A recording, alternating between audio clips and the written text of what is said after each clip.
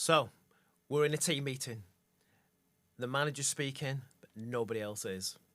Everyone's there looking a little bit disengaged, looking at their watches, a bit of sighing, crossing their arms, looking out of the window, not contributing to the conversation. Been in one of those meetings? Absolutely, yeah, many a time. Yeah, and it's reading the room. You have to look around and think, okay, what am I saying that's not getting through to them? Why are they so disengaged? You know, are they afraid to speak up? Right.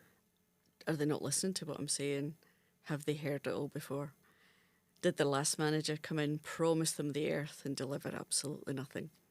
Or did the last manager come in and tell them what they were going to do without consultation? Right, yeah. Because it's perhaps not just a motivation thing. You could look at that in a very simplistic way. Well, they're not motivated. Let's motivate them. But I don't think it is as simple as that, is it? Absolutely not. No, sometimes it's not about motivation.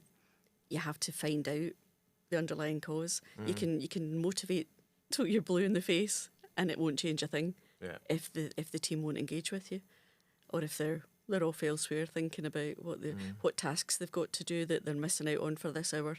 They're going to have to go back and catch up with. So yeah, you have to actually read the room and get to know the people and find out what is going on underneath that's causing all this apathy.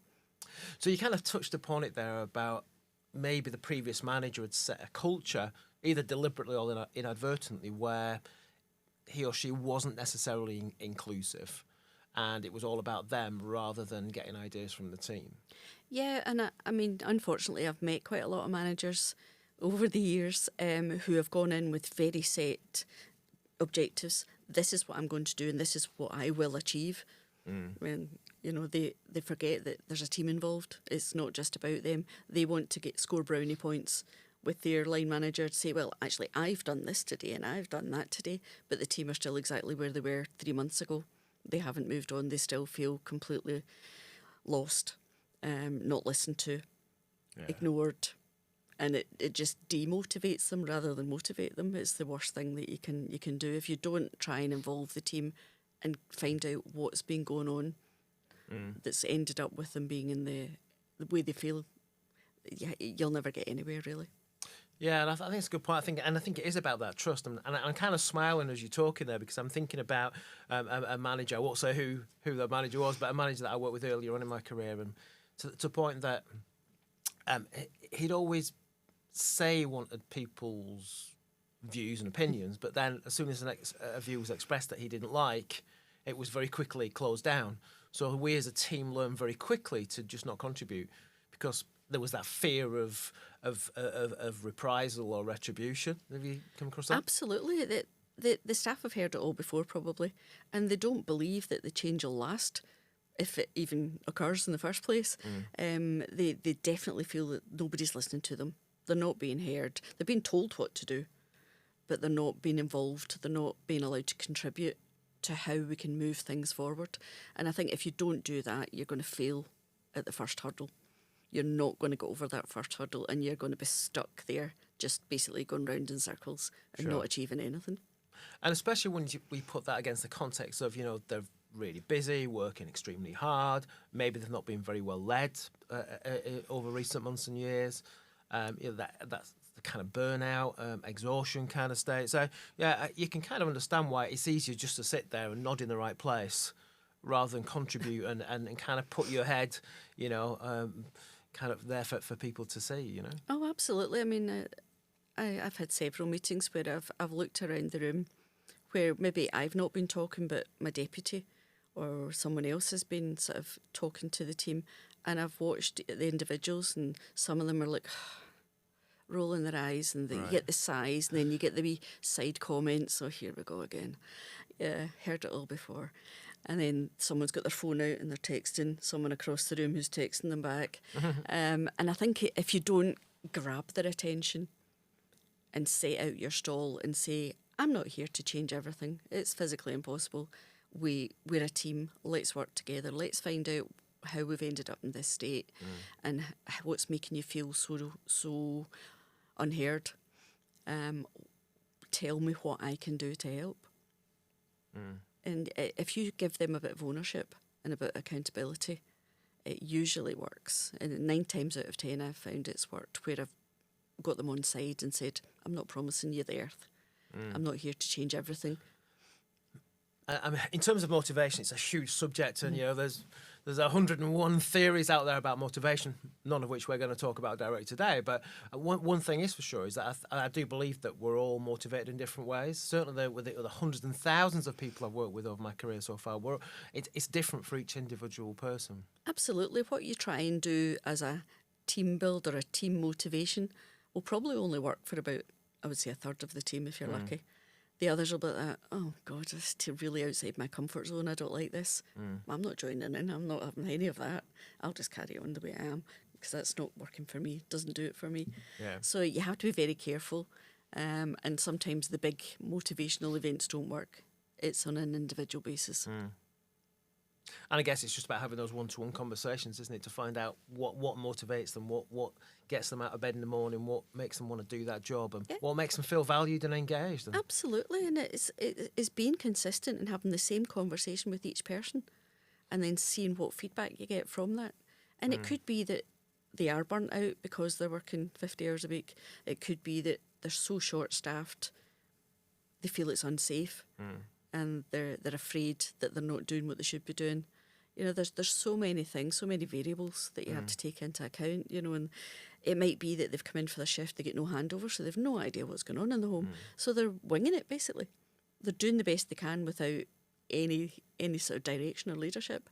And you can't motivate people like that. They're just too tired. I agree. And you kind of talked a little bit about trust earlier on as well. So to what extent is trust really important to help get people motivated? So, for example, we talked about the meeting. So what extent is trust important, and how do you go about creating that trust?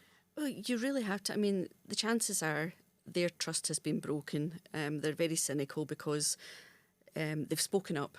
They've actually decided they're going to speak up and speak to their previous manager or leader, and they've been promised that it would change. Nothing has changed. That's meant they've completely disengaged. The manager tries to motivate them after that, and it's ignored. The team they don't want to know because they know nothing's going to change, and that's the feedback I got.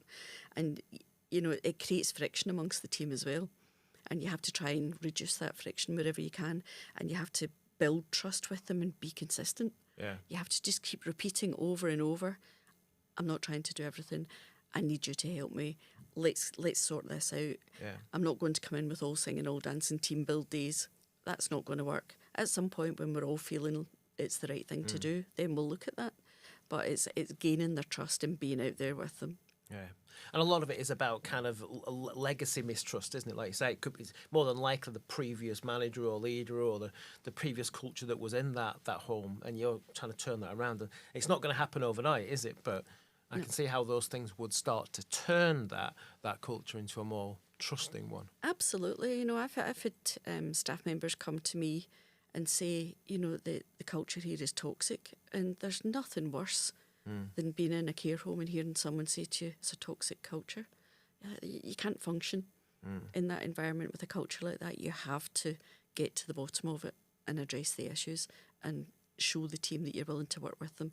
Agreed. And get them to help you solve the problem. Yeah. And the best managers do just that, don't they? Absolutely, yeah. Yeah, the best managers do that.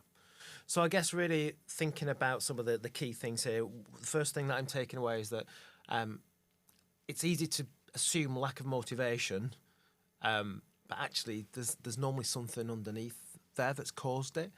So what appears to be somebody that's just demotivated and they need to get another job, actually, when you start picking underneath it, asking questions one-to-one, starting to change that culture a little bit, before you know it, you're starting to build the trust and things will change. It's not quite as simple as saying someone's demotivated. That's kind of the message I'm getting from you. Is that right? Oh, yeah, definitely. And I think if the teams start to see the small changes happen, and it could just be a very, very small thing, and we could say, well, you told me this is what we've done. Yeah. Look where it's taken us to already.